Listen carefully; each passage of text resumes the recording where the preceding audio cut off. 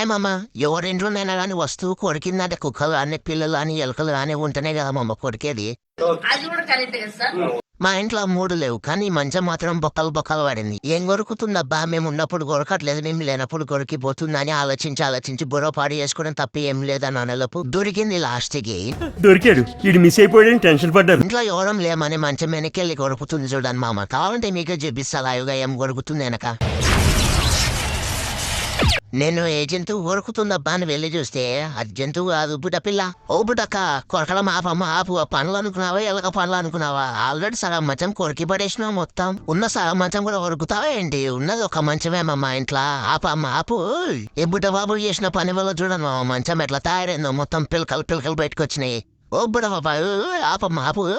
నోట నుంచి. మీ ఇంట్లో కూడా ఇలాంటి కోడలి పిల్ల కానీ ఇంట్లో పిల్లలు కానీ ఉంటే కామెంట్ చేయను అమ్మా. నా పెర్ఫార్మెన్స్ మీకు నచ్చినట్టయితే స్మాల్ బాస్ అని స్పేస్ ఇచ్చి పద్మశ్రీ PADMASRI అని టైప్ చేసి 5555 SMS చేయండి. Please vote for me.